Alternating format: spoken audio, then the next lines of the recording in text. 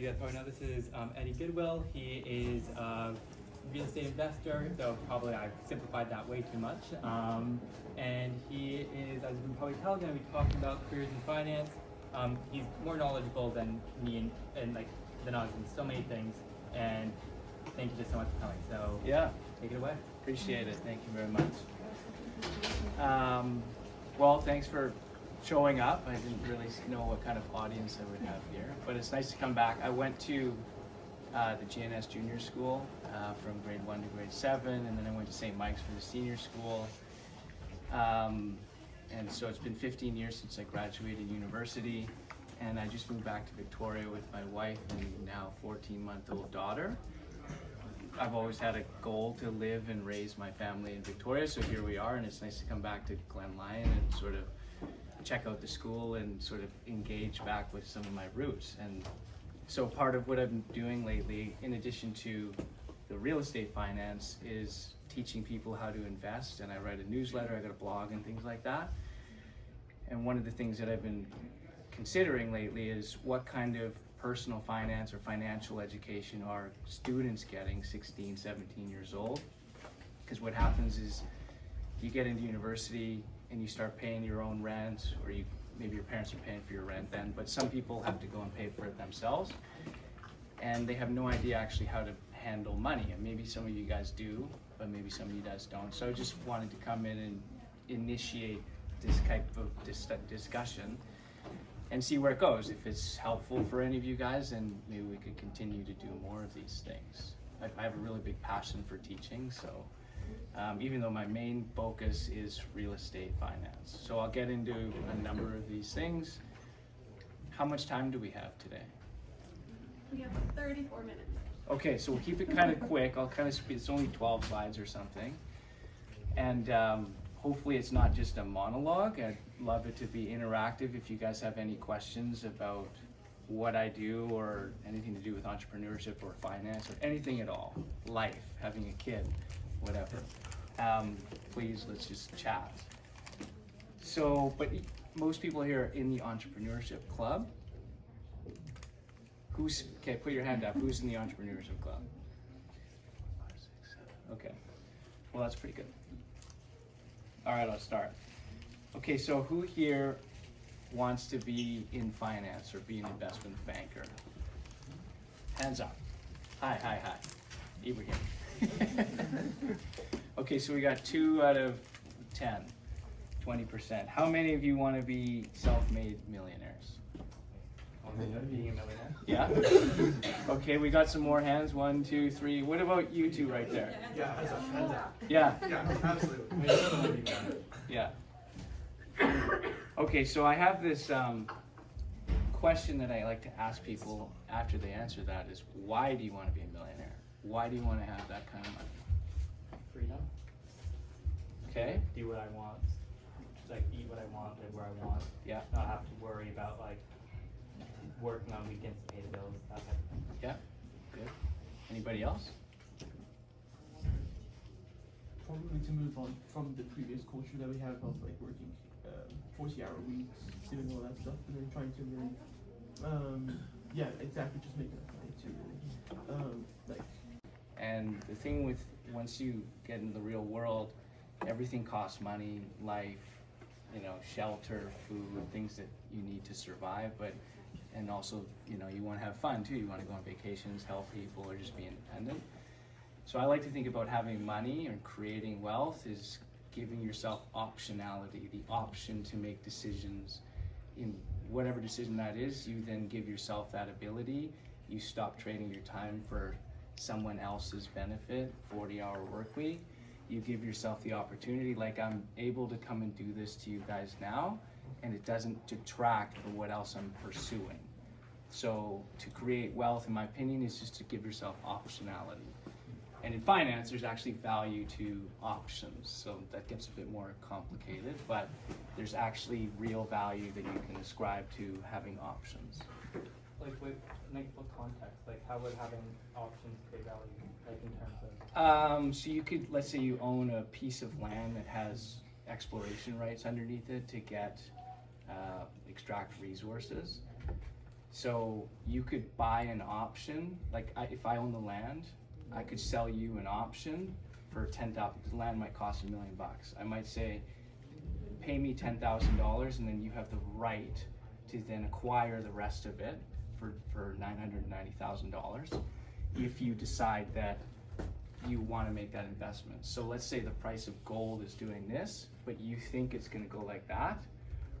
There's value if you were able to acquire that property for a certain amount when the price of gold is just doing like that, but you know that it's going up.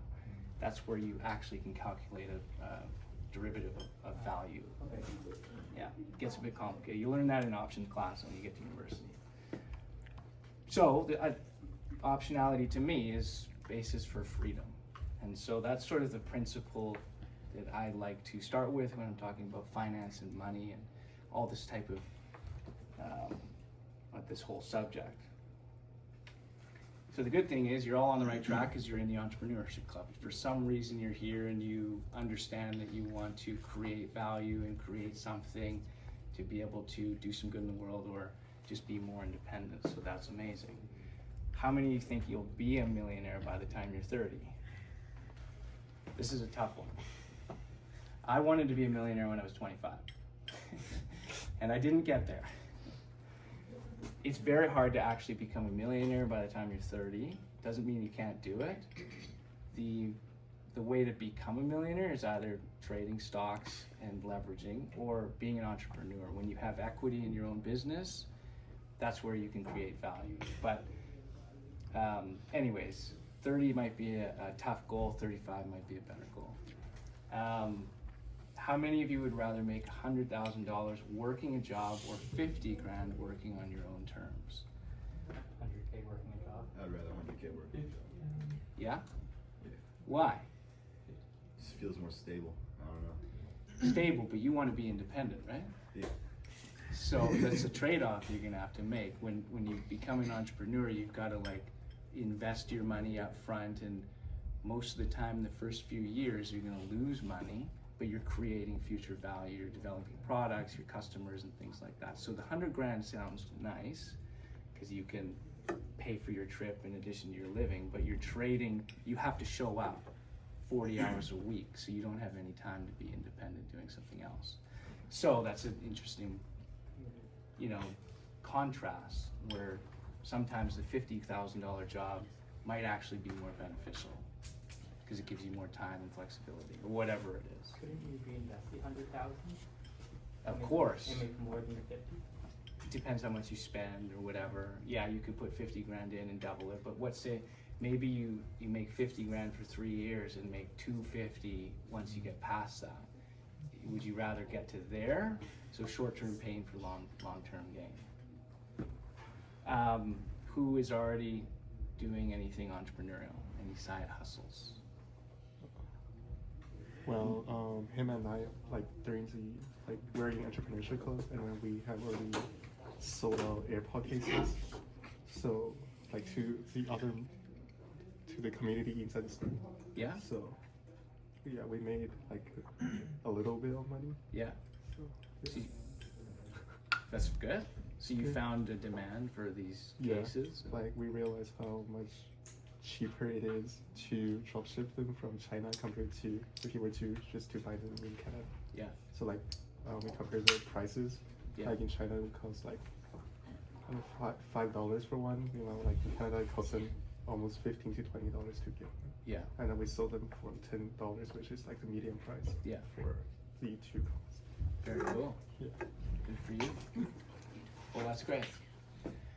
Okay. And again, stop me, interrupt, questions, whatever you have as we go through. Okay, so I'll just, my kind of story, why finance? My family, money wasn't a bad topic. It was always discussed. My dad and his brothers have been in business together. Their dad was entrepreneurial. The name on the gym up there was my grandfather. He had a Coca-Cola bottling business, and then my dad and his brothers went into a real estate business together. They all were entrepreneurs in their own right, doing other things, but investing together. So our family reunions were always they were just talking about their deals, like what kind of money they were making. And so it was just sort of a discourse that I was getting used to from an early age. So when I was like 15 or your age, just like you are, you're just sort of already interested in money and what it can do for you. So I got very obsessed with somebody called Warren Buffett. Who here knows who he is? I know these two will. Yeah? Okay, this is pretty good. So he's the wealthiest person, well, he's like number 6 wealthiest person in the world, but he's the wealthiest pure investor. He doesn't run any business. He doesn't start a company and do drop shipping or whatever. He invests his money. He's just a pure investor. So there's many ways to be entrepreneurial. Doesn't mean you have to start a business. You can acquire a business like Warren Buffett does, and and he's just one of the best guys you could ever start to learn from. So if any of you want to go down for some further reading, just Google him and learn more about him. Highly encourage you to do that. Had a couple jobs. My first business was Landescapes Landscaping. So I used to work as a landscaper, a construction landscaper, and then my friends and I were sitting around a bar in Whistler in the summer, and we're like, why don't we just do this for ourselves? We know exactly what to do. Actually, I didn't know much about construction landscape, but I knew the finance side of things, so it was a good little synergy of partners. And that summer that we ran the business, we each made 10 grand each, which was a lot of money for us at the time. And it was the best summer we ever had because we didn't have to answer to anybody else, but the clients, obviously. But we could dictate our own schedules. And How did you get clients? we just printed out flyers and walked door to door. In Calgary, there's these communities that are newly built. So they build a home, but the yard is dirt. So there's like hundreds of these homes all over the place. So we just knocked on doors and we just picked up jobs. So it's just like there's multiple ways to generate business, and that was just sort of, the old school way. So I went to University of Calgary. Immediately once I graduated, I did the Chartered Financial Analyst designation, which is kind of like a chartered accountant or an MBA, but purely focused in the financial side of things. So if you want to be a portfolio manager or a hedge fund manager or a stock picker, a CFA designation goes a long way. And I did it right after university because I knew that I was still in study mode. The downside of the CFA is it's self-study and you write the test. It's not like an MBA where you go and interact and develop relationships. So I don't say you must do the CFA over the MBA. MBA can be super powerful because of the relationships that you generate. But I thought it was amazing for me. So my first job in finance didn't come because I had the CFA going or my grades or whatever. When I was in the interview, the guy went immediately down to my interest section and he saw that I was an entrepreneurial landscaper. He said, tell me about your business. And so that generated a bit of a different rapport with the guy. And he's like, okay, this guy's motivated to tackle problems. And so that was actually what landed me the job, not necessarily the brain part of it.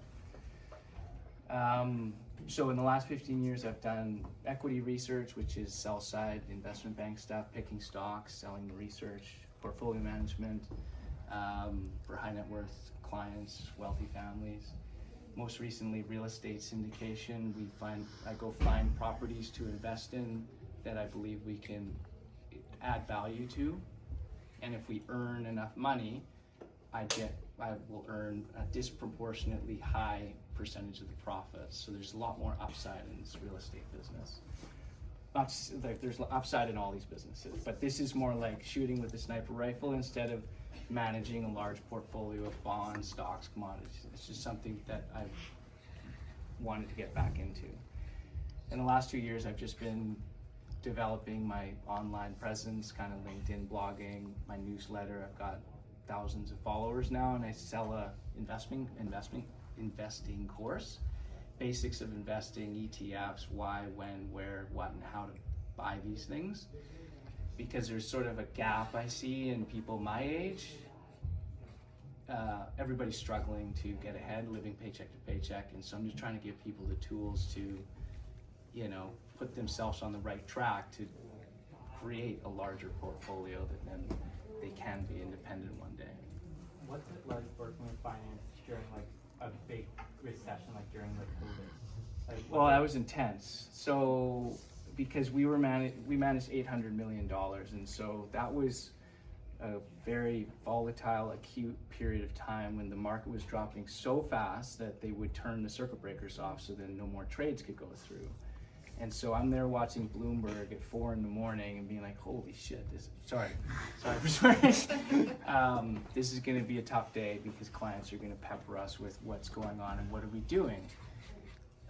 So my job at the time was to coach our investors into understanding that now is not a time to sell all of our positions. You don't sell when you're down. That's the definition of destroying capital. You need to start adding money. And so thankfully we built up a sizable, let's call it liquidity portfolio, bonds and cash.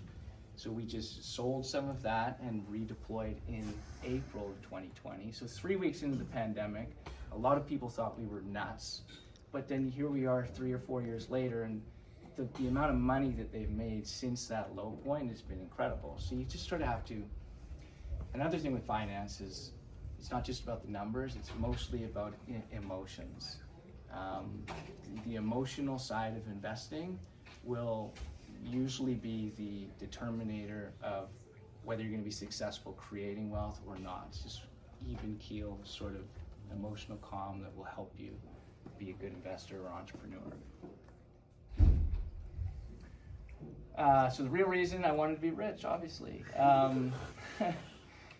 But no, honestly, so I like to think that we're all investors, regardless of what you do. You could be an entrepreneur, a stock picker, or anything. At the end of the day, we all have finite time on this planet, so every action that you take or that you don't take is you are spending your time, which we don't have a lot of. And so, like it or not, we're all doing things and investing our time, and it's just a matter of whether you're doing it productively or unproductively.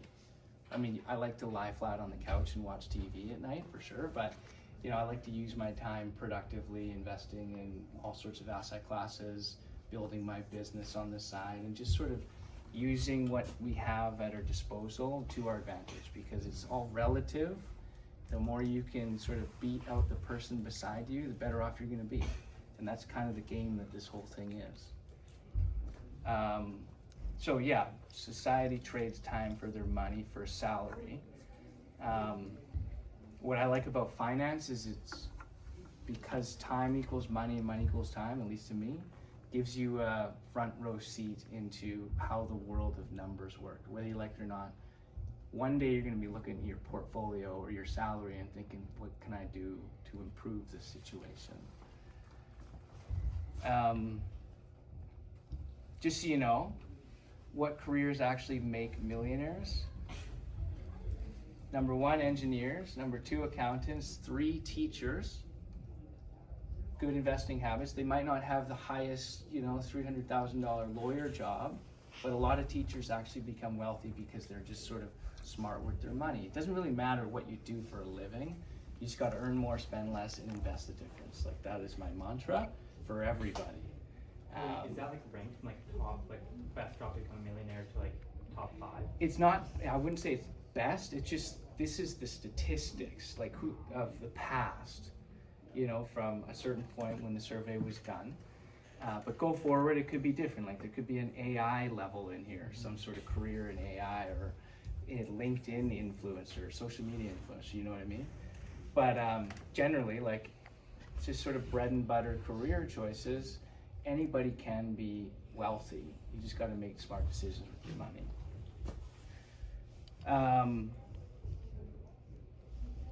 Do we have 11 minutes left? No. 16 minutes, okay. So just quickly, one of the things that I like to talk about is what I call, what the industry calls opportunity cost. So let's say you buy your sunglasses for $200, you go home and you say, these only cost me $200, yay. But the thing is they didn't just cost $200, because if you invest that money in a stock or business and it doubles to $400, well, those $200 sunglasses actually cost you $400, because it's not what you just spent it on, it's what you've given up in opportunity. You could have invested that money versus spending it on a material good. obviously you want to buy shoes, sunglasses, have fun, but the more you can understand, am I making a decision that's going to prevent me from doing something potentially better? Kind of like that optionality idea I was talking about. How do you figure that out? Like, how do you know, like, when like not buy that new game or phone that you want? Well, that's just you have to be, that's just a mental game with yourself. Like, yeah, I'd like to have Donkey Kong, all these freaking, games, but do I need all of them? Maybe I just buy Mario Kart, and just have fun playing that. I don't know, you sort of have to like evaluate your spending decisions, investing decisions, and understand if I plunk money into something like a car that depreciates in value, what am I missing out on if I would have put that in Berkshire Hathaway, Warren Buffett's company? Well, you would have doubled or tripled your money in the last 15 years. So productive spending, unproductive spending, it's just, you're always gonna have a mix of both, but try to focus on the productive side of things if you can. Especially at your age, guys. You guys have such a huge advantage over everybody else in this room because you got time on your side. Like, it's unbelievable how much of advantage you have because of compound interest and the length of time.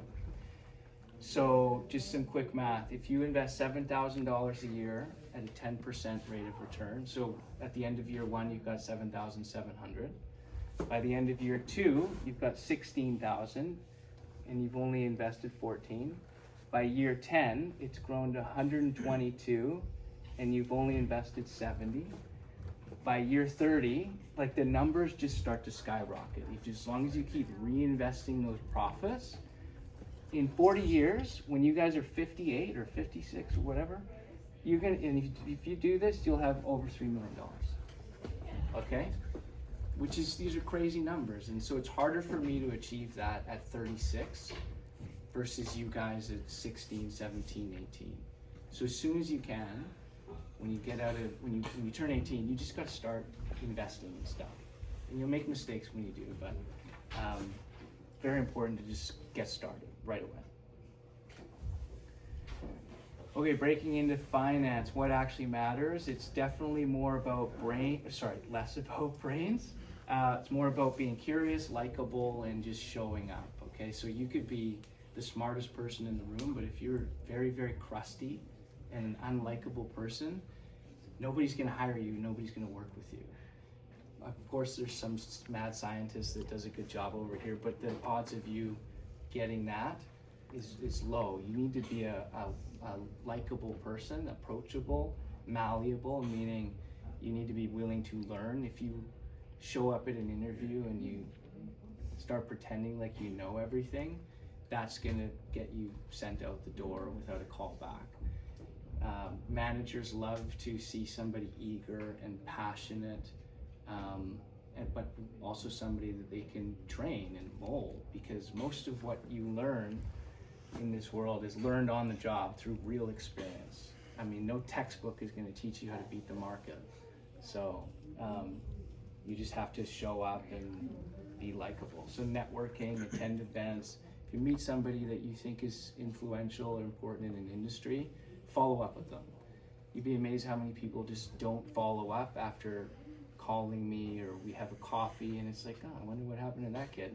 It doesn't matter, If I have a job opening and Ryan here has been chatting with me once every 3 months for a year and a half, I'm probably gonna think of him, So you need to sort of make sure that you're top of mind and just get out there. It might feel like awkward at first, but you just gotta network and develop relationships. So my first sell side job at Raymond James, I followed up with this guy, my boss, for every 3 months for a year and a half, and he was annoyed by it, But eventually his associate got pregnant and she had to go on a maternity leave, and he's like, oh, maybe Eddie's pretty interested in this. And so my resume, I was competing against other people, but because this guy already knew me, there was already a rapport, and that's basically what enabled me to get the job, not being the smartest person in the room.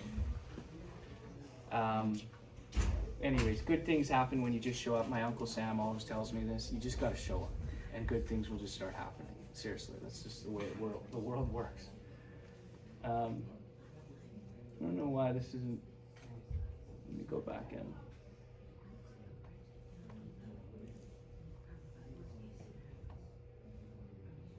Okay, so key skills and success for finance and business. Listening. You just sort of got to understand what your boss needs, what your customers need, what your company needs, and then you will all of a sudden become like a valuable person in that little universe of business or whatever you're doing. You got to be efficient. You got to be quick at the jump, but you have to also be accurate. So you can't just be bulldozing through the china shop and get everything wrong. You have to be delicate, but also quick.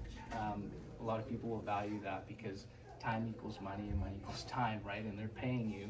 So the faster you can get jobs done, the more you're valued to them. Writing skills. This is something I learned on the job. I was always terrible in my English classes, but I learned through research that if you can't tell a story, if you don't even get the title right, it's like on social media, and you see those hooks, it's like, okay, what are you gonna do to stop scrolling? You have to get the customer or user engaged right away, otherwise you're gonna lose them to somebody else. So very important to practice telling a story, and it'll help you a lot in your career if you want to get it. Well, any industry, to be honest. Writing is very, very important. Again, networking. I like to put golf there. It's a bit cliche, but I'm serious.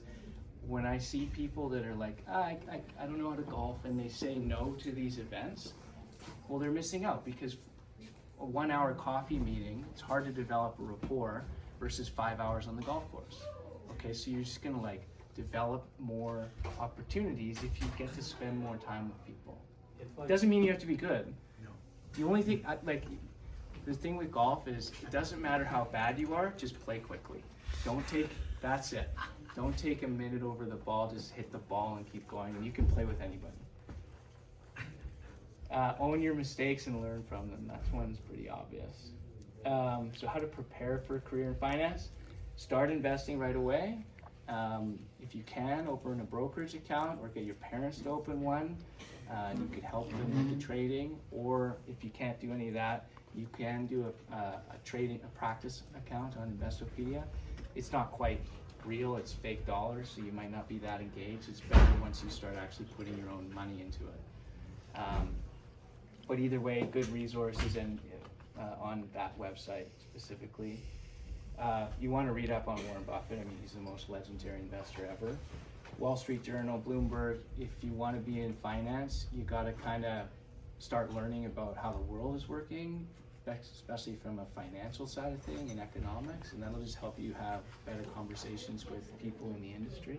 Is like the news a good source of like just information when it comes to investing, like just reading the news often? Depends what sort of news. Like I would say the Like political and like political stuff's important, geopolitical stuff. I mean, I wouldn't say global news in Victoria is going to give you any advantage or edge, but there's certain news outlets can give you pieces of information. You build this mosaic around your investment thesis, and parts of it could come from various sources. Prove your passion for finance. There's nobody that is ever going to hire somebody that doesn't actually prove out that they are interested in finance. So you got to have a portfolio of stocks, even if it's just Netflix and Apple or Nike, and just buy the stocks, and then you can talk to them because someone's going to ask you, what are you investing in? If you're trying to get a job in an investment bank, they're going to say, what stocks do you own? And if you can't answer that, then they're just going to pass you for the next person.